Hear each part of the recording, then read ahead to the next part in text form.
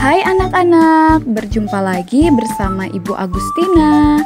Hari ini kita akan belajar tema 1, subtema 2, pembelajaran pertama, kebersamaan dalam keberagaman.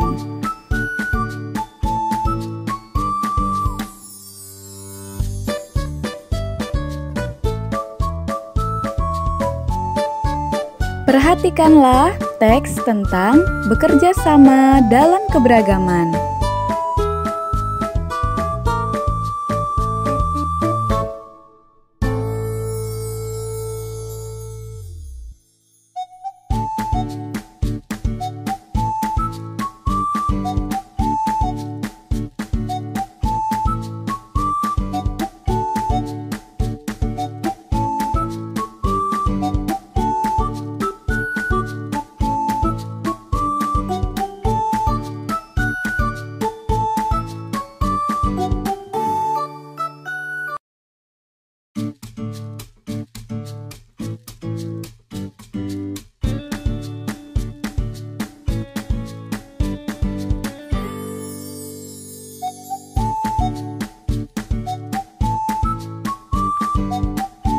Setiap paragraf memuat gagasan pokok dan gagasan pendukung.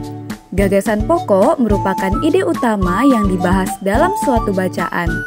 Dapat berupa kalimat inti atau pokok paragraf. Sedangkan gagasan pendukung adalah uraian atau tambahan informasi untuk gagasan pokok.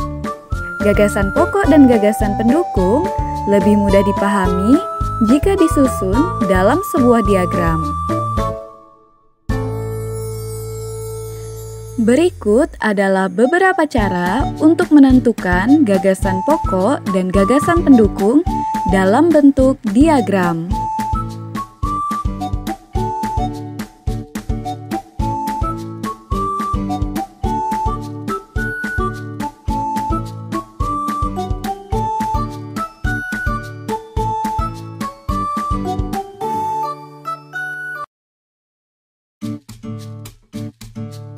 Kita langsung saja ke contoh untuk membuat diagram. Indonesia memiliki berbagai bahasa daerah, misalnya bahasa Batak, bahasa Jawa, dan bahasa Sunda. Keragaman bahasa di Indonesia tidak membuat bangsa Indonesia terpecah-pecah.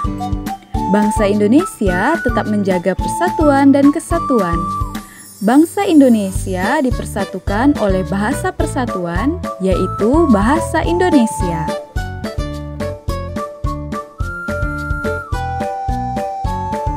Setelah itu, kita menentukan gagasan pokok dan gagasan pendukungnya, kemudian dibuat dalam bentuk diagram.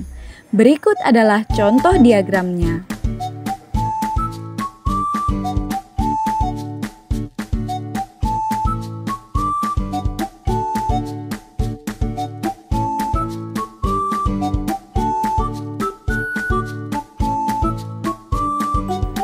Bunyi berasal dari benda yang bergetar.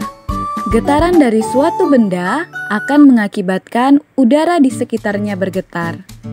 Getaran itu menimbulkan gelombang bunyi di udara. Benda-benda yang bergetar dan menghasilkan bunyi disebut sumber bunyi.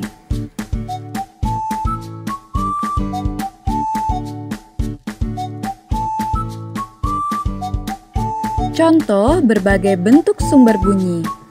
Ada kecapi, ada gong, biola, dan marakas.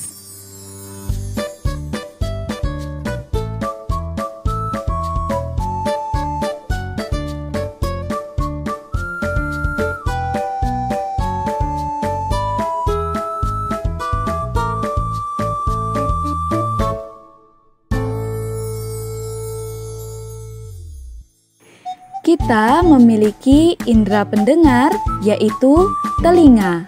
Hari ini kita akan mempelajari apa saja sih bagian-bagian dari telinga dan bagaimana cara kita bisa mendengarkan bunyi.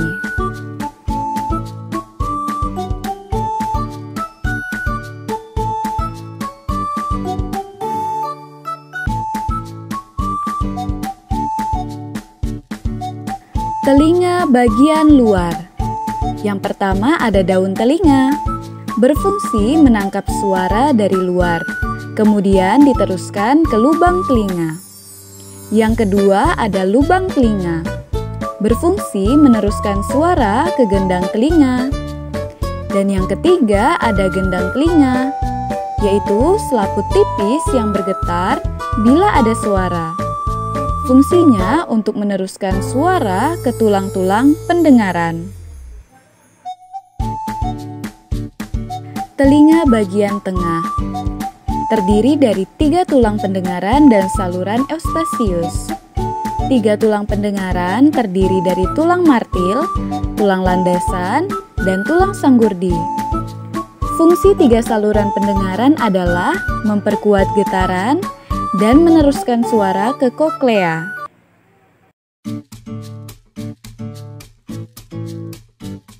Saluran eustasius menghubungkan telinga bagian tengah dengan rongga mulut. Fungsinya yang lain adalah untuk menyeimbangkan tekanan udara antara telinga bagian luar dan telinga bagian tengah.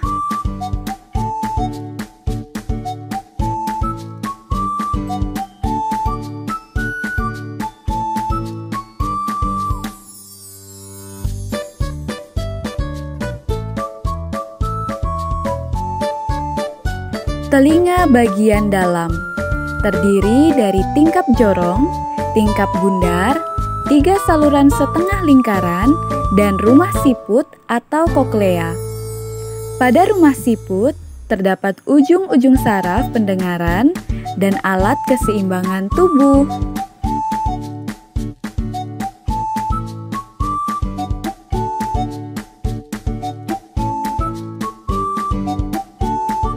Bagaimana prosesnya sehingga kita dapat mendengar? Mari kita pelajari bersama-sama. Suara yang berasal dari luar masuk ke telinga melalui udara. Suara tersebut ditangkap oleh gendang telinga dan menyebabkan gendang telinga bergetar. Getaran ini lalu diteruskan oleh tulang-tulang pendengaran ke telinga bagian dalam, tepatnya di ujung saraf. Oleh saraf, getaran tersebut disampaikan ke otak agar diolah sehingga kita dapat mendengar.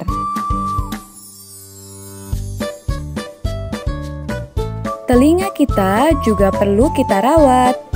Ada 4 cara untuk merawat telinga. Perhatikan dengan baik.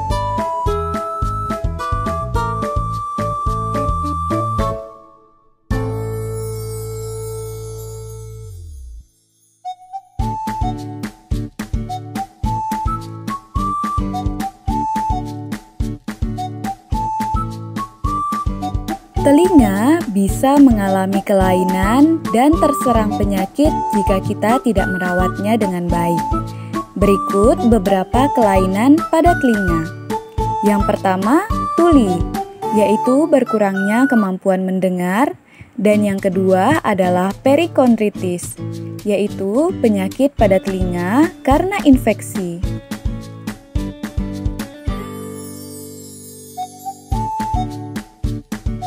Indonesia memiliki banyak sekali keberagaman.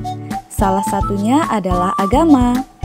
Berikut adalah keberagaman agama di Indonesia beserta tempat ibadah, kitab suci, dan hari raya.